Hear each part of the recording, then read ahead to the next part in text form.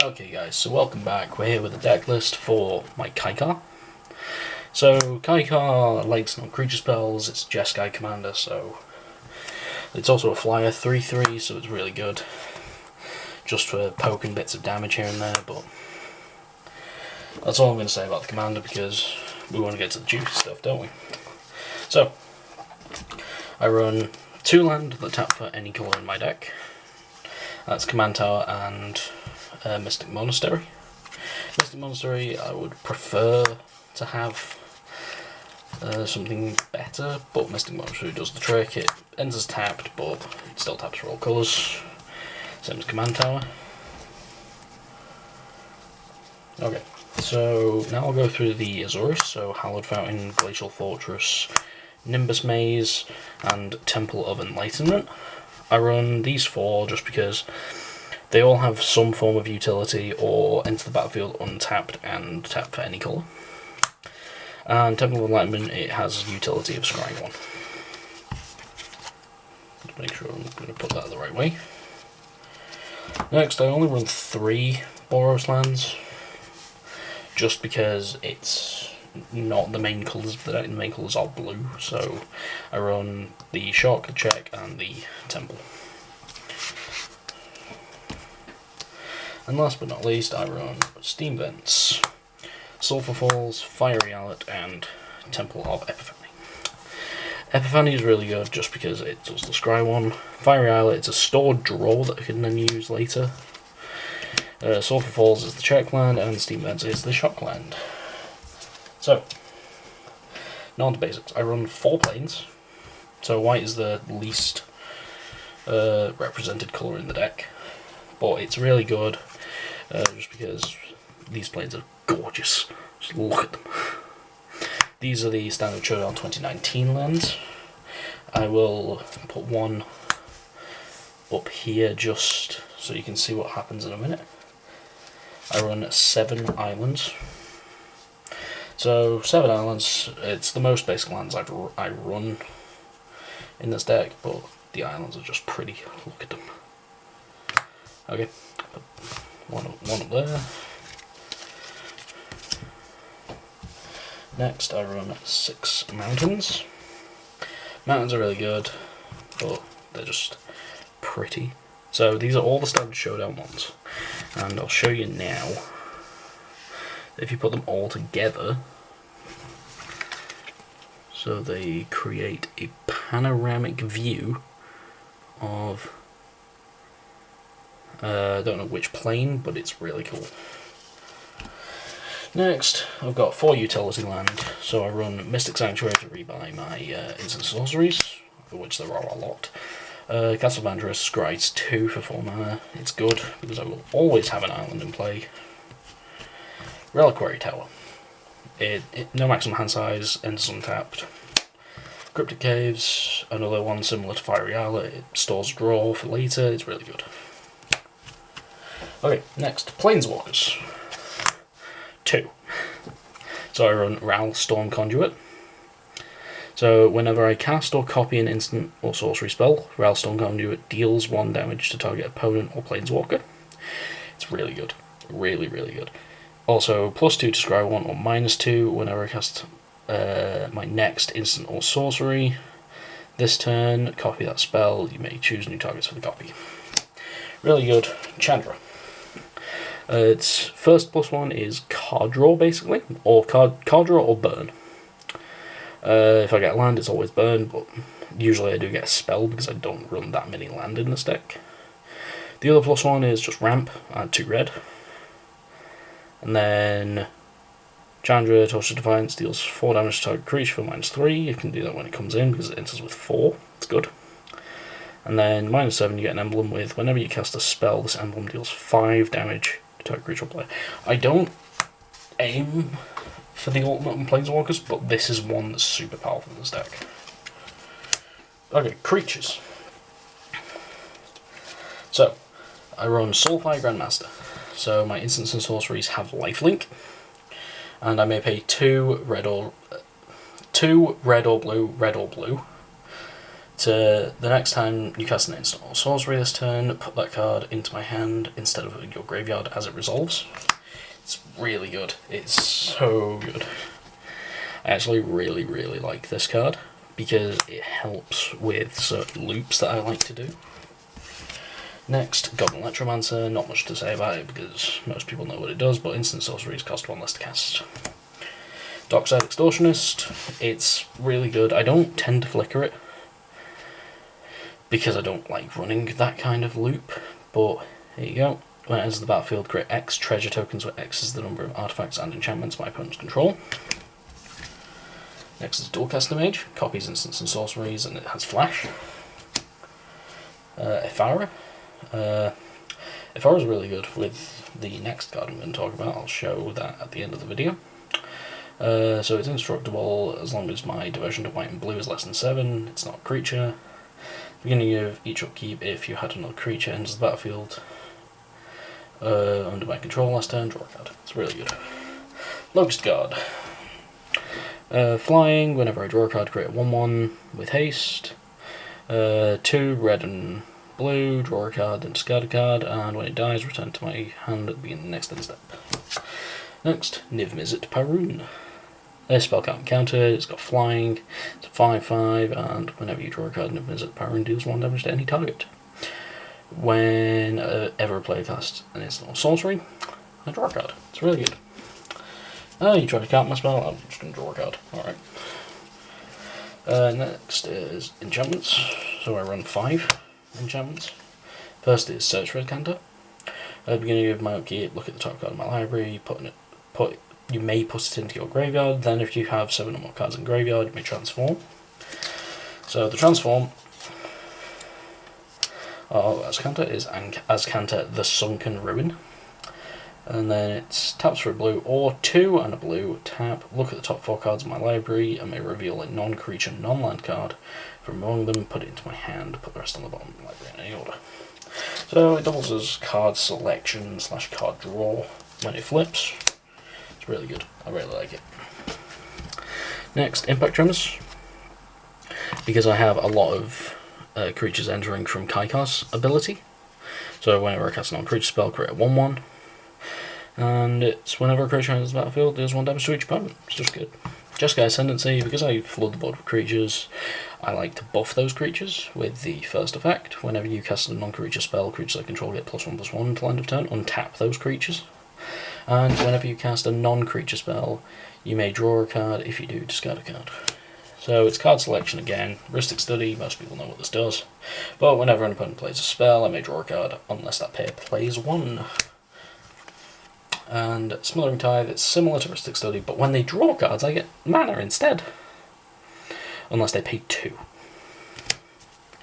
Next, we'll go on to my artifacts. So, typical Sol Ring. This is signed by my buddy. We went through a bit of a phase just signing each other's cards. I like this because it's one of my favourite people signed the Sol Ring for me. Next, it's Azorius Signet and Talisman of Progress for my Azorius ramp. It's just easy and gets around a lot of things. Boros Signet, Talisman of Conviction. They are really good just because they ramp in Boros, and this just taps for either of the Boros calls. Next, it's Izzet Signet and Talisman of Creativity, much like the others. Not much to really say there. Arcane Signet and Felwar Stone are really good because they just tap for pretty much all of my colours, unless an opponent doesn't run any of my colours, which is unfortunate, I guess. And lastly, Teferi's Buzzbox.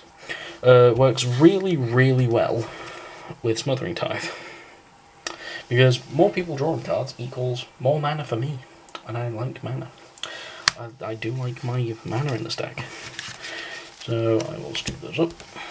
Okay, so now on to instants. It's a chunky pile. So we'll go through 1-drops first. So, in 1-drops we have Path to Exile, Swords to Plowshares, Pongify, Swan Song, Mystical Tutor, Brainstorm, and Opt. Opt is really good just because it's a scry 1 draw a card on any player's turn and triggers Kykar's effect. Brainstorm, draw 3, put 2 cards from my hand into my library in any order. It just, same as Opt, it's good triggers for this and doesn't really impact me much. Mystical Tutor, choose instants or sorceries to the top of the library, and then I draw a lot in this deck. Swan Song, can't target enchantment, instant, or sorcery. Controller creates a 2/2 blue bird. I don't want my stuff getting countered, so I'm just going to give them a bird instead. Pongify, removal. It can't be regenerated. Creature control puts a 3/3 green ape into play. I just like it. It's a cool artwork. It's a 1-drop. Removal, and these are just white staples, really. So we've got Path to Exile and Swords to Plowshares. Both exile target creature, but Swords gains life equal to its power, and Path to Exile finds on the basic land. Next I will go through 2-drops. So Helios Intervention, basically a board wipe for enchantments and artifacts, just as long as, you know, I pay X, where X is that number, but it's fine. It's good. Target player gains twice X life. I can force myself to gain life. Dobbin's Veto. Once again, I don't like my stuff getting countered. And this can't be countered. Haha! I win. Arcane Denial, once again. Gets rid of pesky things, also draws my opponent's cards for Smothering Tithe triggers. Counterspell, of course. Jace version. Mission Briefing. Surveil 2, so I can potentially just do this with not that great cards in grave and then just do it. Oh, I found a better card. Oh, I'll put that in grave and use that. So, and then it just, choose target instant or sorcery in graveyard, you may cast that card this turn. If that card would be put into your graveyard this turn, exile instead. It's just really good.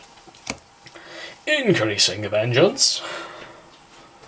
So, copy target instant or sorcery spell you control. If the spell was cast from a graveyard, copy that spell twice instead. It's so good. I love this thing.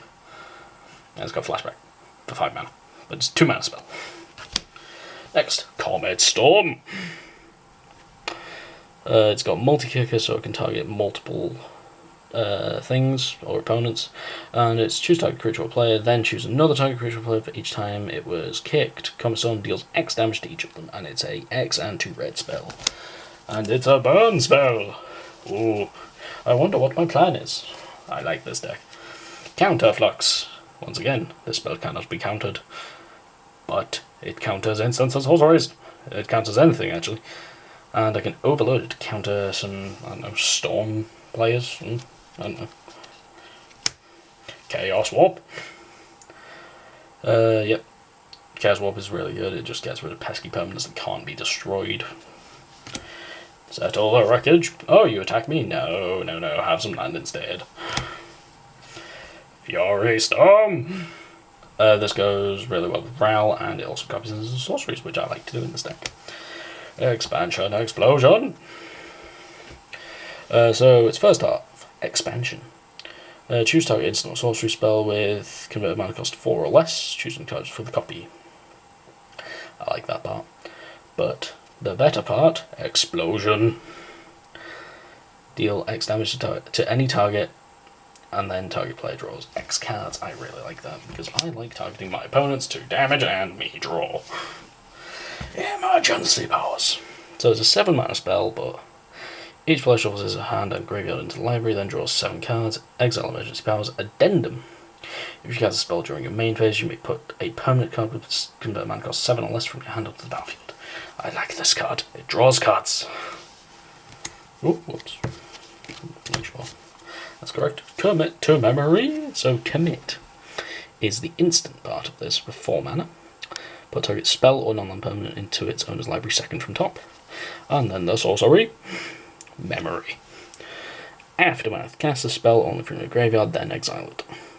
Each player shuffles her hand and graveyard into his or her library, then draws 7 cards.